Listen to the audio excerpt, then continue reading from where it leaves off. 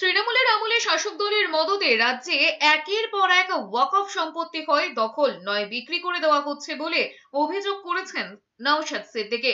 আদালতের নির্দেশ নিয়ে শনিবার থেকে ধর্মতলায় কনস্টিটিউশন প্রোটেকশন ফোরামের ব্যানারে 3 দিন ধরে শুরু হওয়া অবস্থান মঞ্চ যোগ দিয়েছিলেন আইএসএফ বিধায়ক নওশাদ সিদ্দিকী।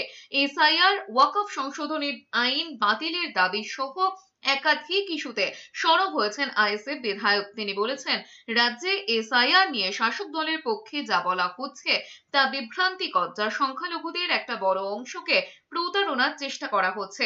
নওশাদ সিদ্দিকী জানিয়েছেন, অবস্থানের পাশাপাশি নির্বাচন কমিশন, ওবিসি কমিশন এবং লেবার দফতরে ডেপুটেশন দেওয়া হবে। ওয়াকফ সংশোধনী আইন 2025 বাতিলের দাবি নিয়ে এসআইআর এর নামে যে নাগরিকদেরকে হয়রানি করার চক্রান্ত চলছে, যাকে তাকে নাকি ডি ভোটার বানিয়ে দেবার, জীবিতকে মৃত দেখিয়ে তাকে ডি ভোটার ঘোষণার যে চক্রান্ত চলছে সেটা বন্ধের জন্য, ফেক এসটি/এসসি সার্টিফিকেটের যে রমরমা সেটা বন্ধ করতে হবে। এখন যে নতুন ওবিসি নাটক হয়েছে, এই নাটকটা বন্ধ করতে হবে। পশ্চিমবঙ্গে এসআইআর কার্যকরে সব ধরনের ব্যবস্থা করবে নির্বাচন কমিশন। প্রয়োজনে কেন্দ্রীয় বাহিনী দিয়ে বিএলওদের নিরাপত্তার দাবি তুলেছেন সুকান্ত মজুমদার।